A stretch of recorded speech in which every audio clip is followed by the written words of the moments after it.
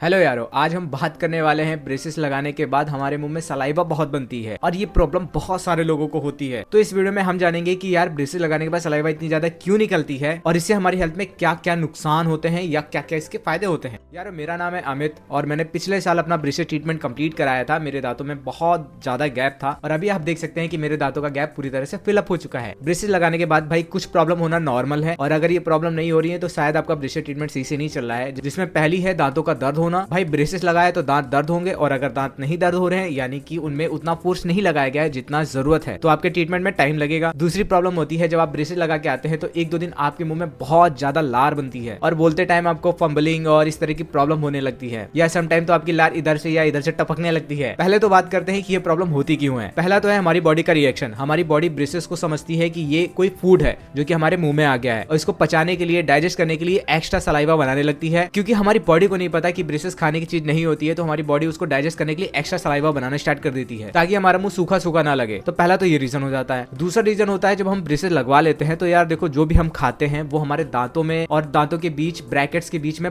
फंसने लगता है और अगर हम अच्छे से साफ ना करें तो हमारे ब्रैकेट्स के बीच में, दांतों के बीच में कुछ ना कुछ तो फंसा ही रहता है और हमारी बॉडी उसको डाइजेस्ट करने के लिए एक्स्ट्रा सलाइवा बनाती ही रहती है जिसकी वजह से भी हमारे मुंह में एक्स्ट्रा सलाइवा बनना स्टार्ट हो जाता है। चलिए इसके फायदे और नुकसान के बारे में बात कर लेते हैं। देखिए, ज्यादा सलाइवा निकलना कोई बहुत बड़ी प्रॉब्लम नहीं है। ज्यादा सलाइवा निकालने से आपके दांतों में कैविटी होने के चांसेस बल्कि और कम हो जाते हैं। जिन लोगों के मुंह में ज्यादा सलाइवा नहीं निकलता उनके कैविटी होने के चांसेस ज्यादा बढ़ जाते हैं। तो एक तरह से देख सकते हैं ज्यादा सलाइवा निकलना, ज्यादा लार आना हमारे लिए कैविटी कम होने के चांसेस बढ़ा देता है और सूखे मुंह में कैविटी होने के चांसेस भी बढ़ जाते हैं। लेकिन फिर भी ज्यादा सलाइवा निकलना प्रॉब्लम तो क्रिएट करता है। चलो मैं अपना किस्सा बताता हूँ। गाड़ी वाला आ गया यार, कबाड़ी वाला है। चलिए मैं अपना किस्सा बताता हूँ। जब मुझे ब्रेसेस लगे थे तो एक दो दिन मेरे बहुत भयंकर सलाइवा मेरे मुंह में बन रहा था। दिन में तो कैसे भी करके मैं घूट कर या थूक कर काम चला लेता था, लेकिन जब मैं रात को सोता था तो सोते टाइम मुंह से ऐसी लार निकलती थी कि तकिए पे, बिस्तर पे आराम से मतलब पूरा गीला गीला कर देती थी और वो सबसे ज्यादा बेकार लगता है। मतलब आप सो रहे हो रात को और अचानक से आपके मुंह से सलाइवा निकल रही है और आपकी आंख खुल रही है और आप देख रहे हो सलाइवा फैली हुई है और खुद ही बहुत ही ज्यादा गंदा लगता है। और अगर आपके साथ कोई सो रहा है, मतलब कजन्स या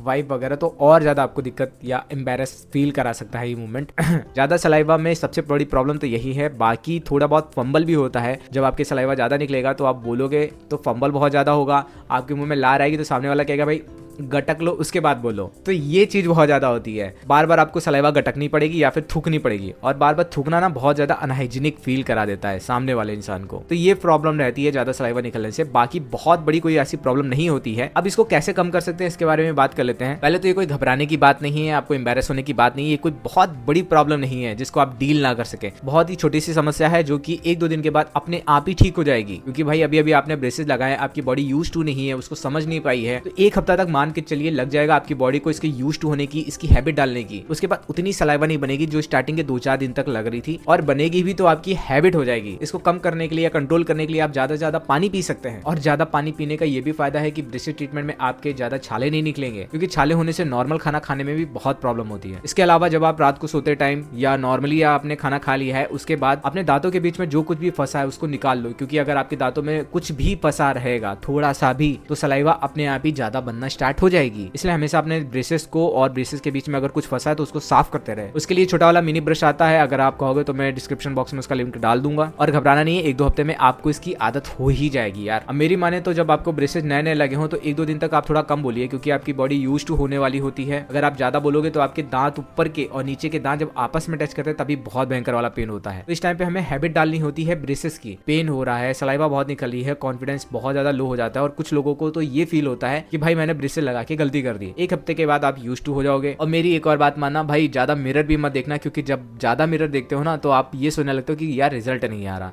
1-2 हफ्ते में रिजल्ट भी नहीं आते, ठीक है। अगर आपको रिजल्ट देखना है तो दोनों तरफ ब्रेसेस लगने के कम से कम 3 महीने के बाद आप देखो तो आपको माइनर डिफरेंस पता चलेगा। वो भी उस केस में जब आपके एक भी दांत उखाड़े ना गए हो। तो भाई अगर वीडियो हेल्पफुल लगी हो, थोड़ा सा भी पसंद आया तो लाइक कर देना, सब्सक्राइब कर देना। बहुत सारे फालतू के चैनल को आपने सब्सक्राइब करके रखा है मुझे पता है, लेकिन एक इंपॉर्टेंट चैनल को सब्सक्राइब कर लेना जो आपके लिए हेल्पफुल है और ब्रेसेस से रिलेटेड आपके डाउट्स को क्लियर करता है। और आप सभी को हैप्पी होली। मैं मिलूंगा अगले वीडियो में, तब तक के लिए bye bye, shining off, sayonara.